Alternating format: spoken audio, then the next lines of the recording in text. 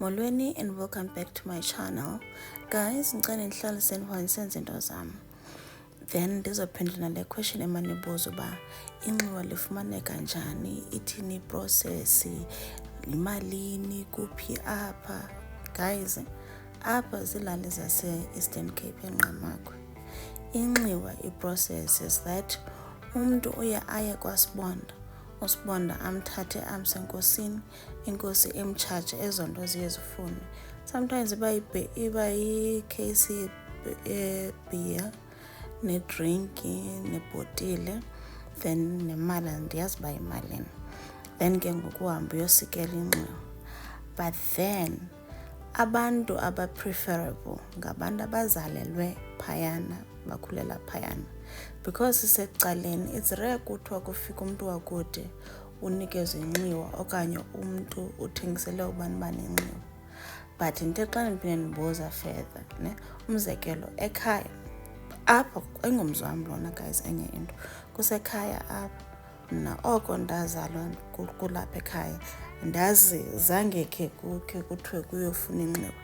What I know is that ne apha ekhaya before kube sekhaya kwakukomnye umzi, umama wakhona wayebe nomntana oyi-1, then eyintombazana wahamba wayotshatela elsewhere. So la mama wathi intobani uba kumakhulu before alantuke asweleke wathi bani uba ucela ubana aze amngcwabe, then inxiwa uzanika omnye wabantwana bakhe. Umakhulu wabe nabantwana abayi-4 abangabafana, which is otata.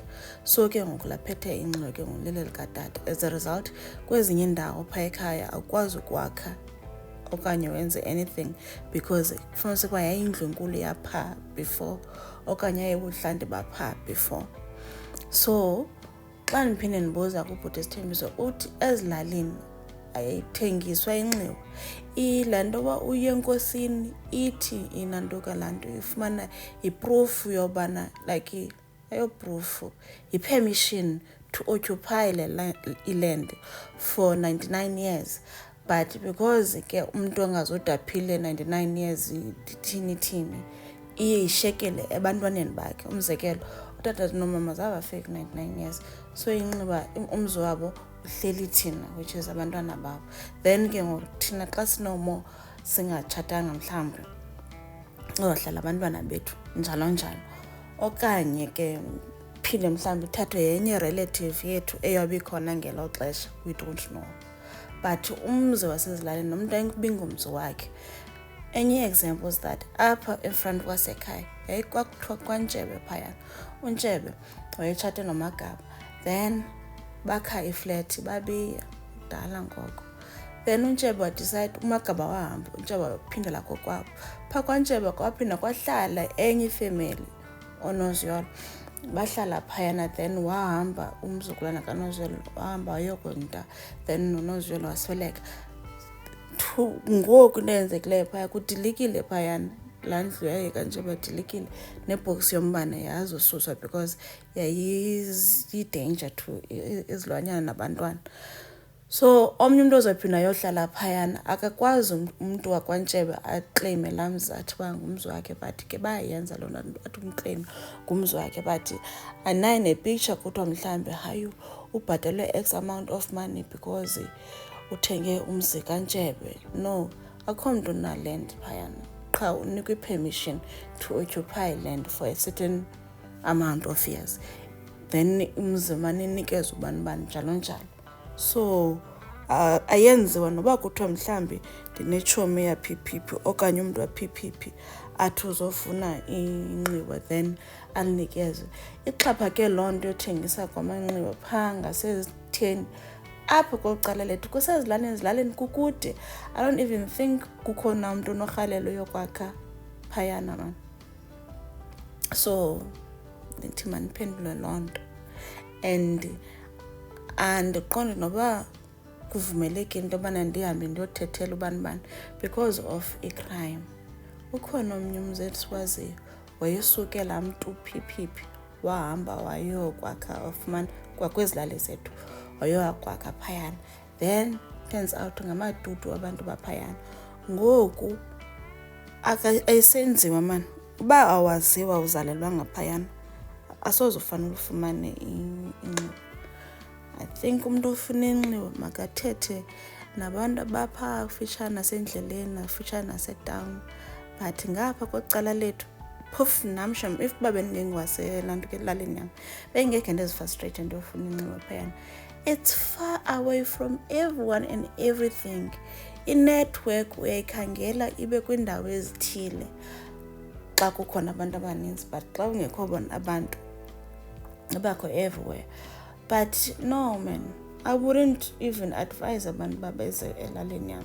Thina ubona silalali yayisuswe ngabelungu ngasendleleni yayobekwa kule ndawo sibekwe kuyo, sikufitshane nomlambo, which is advantage kwizilwanyana abantu abafuyile inkomo neegusha neebhokhwe, because kufitshane emlanjeni ikhona ithafu eninzi for abantu uba ziyigraze.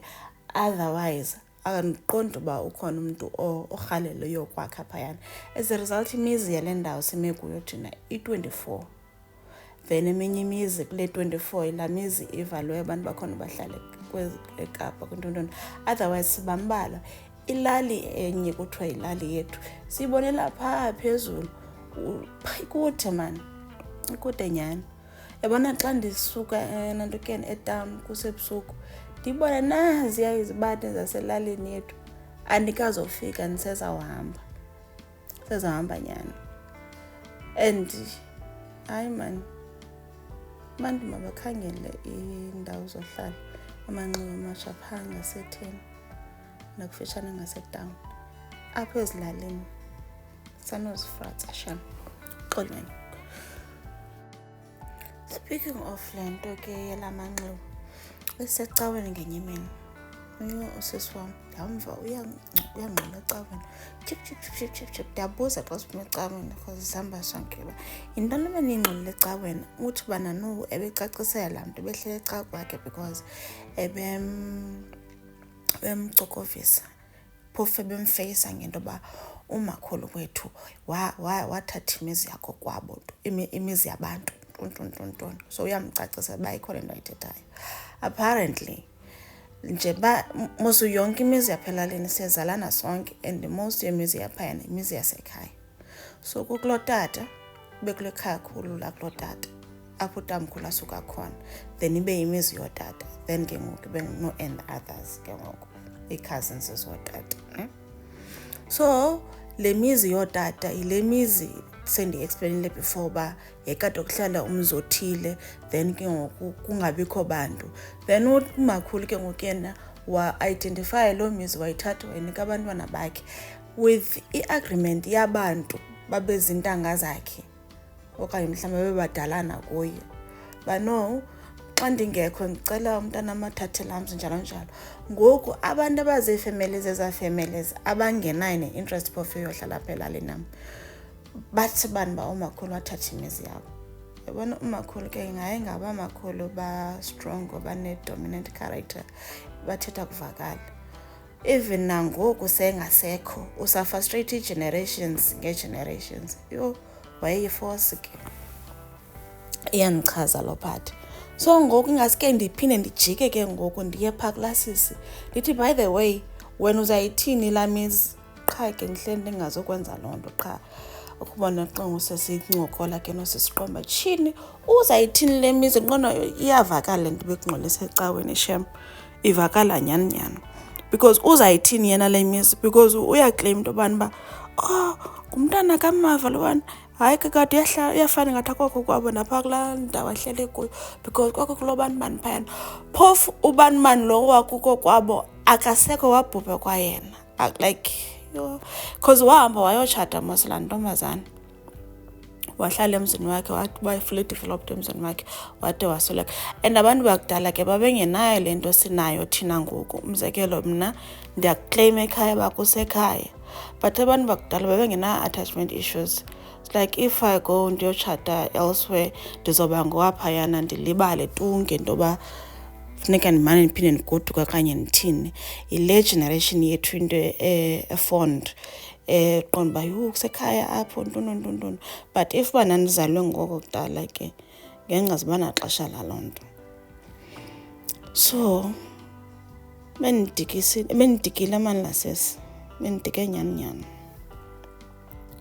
I hope ndiyicacisile ke sham le ndaba yamanxiwa ne, but ndicela ne obanye abanayo enye i-explanation different from mine acacise apha ku-comments so that ube khona abaphendulekayo.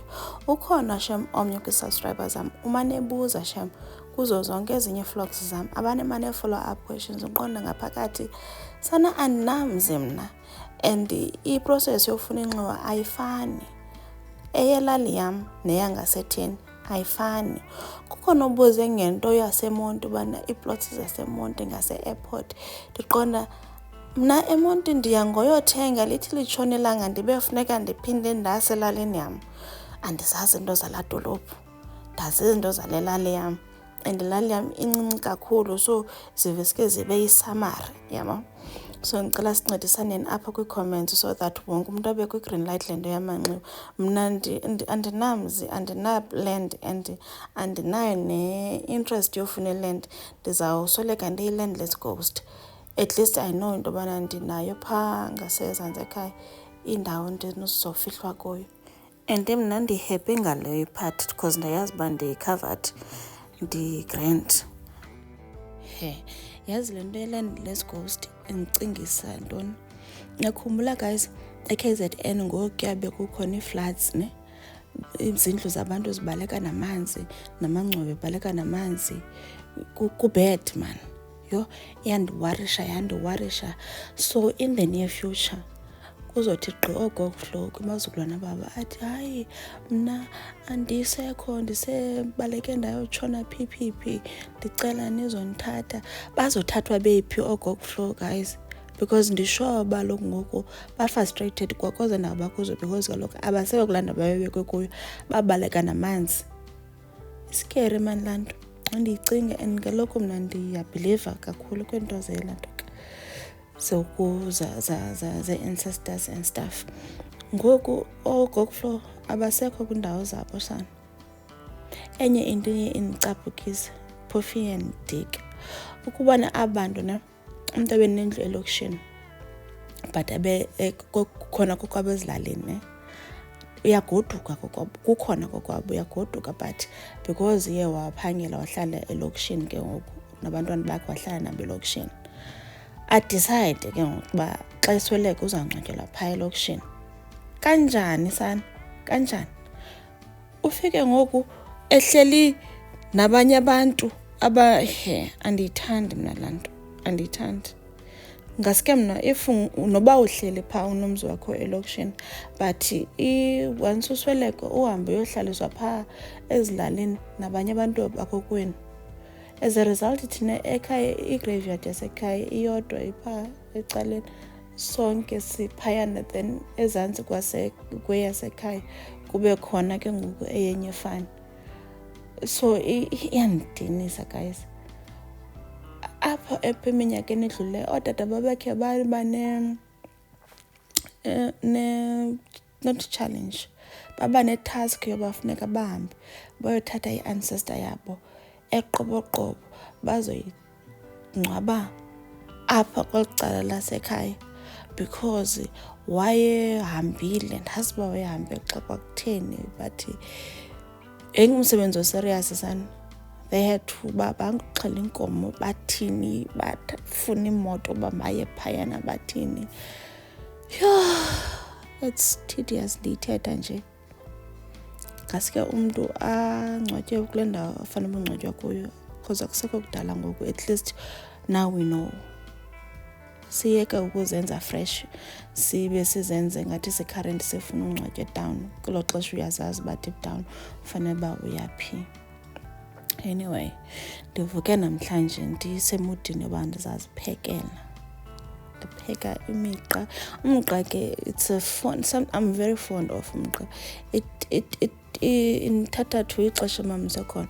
Mama xa inyezi into ayithanda uzenza asiphekele umqa. Mama engakuthanda upheka but umqa wayethanda upheka. As a result ndade ndawufunda upheka because wayeba mandi. So umqa umnandi kum.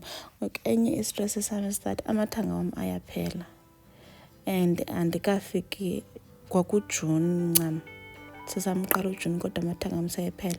Yazi into yenzeke kulo nyaka man. Asoze nje apha elifini yami ndiphinde ndityale usenza because nguye lo ndibeke kule position. Mna udla ngofika October ndisenamathanga because ithanga libole as long as ustorishe kakuhle.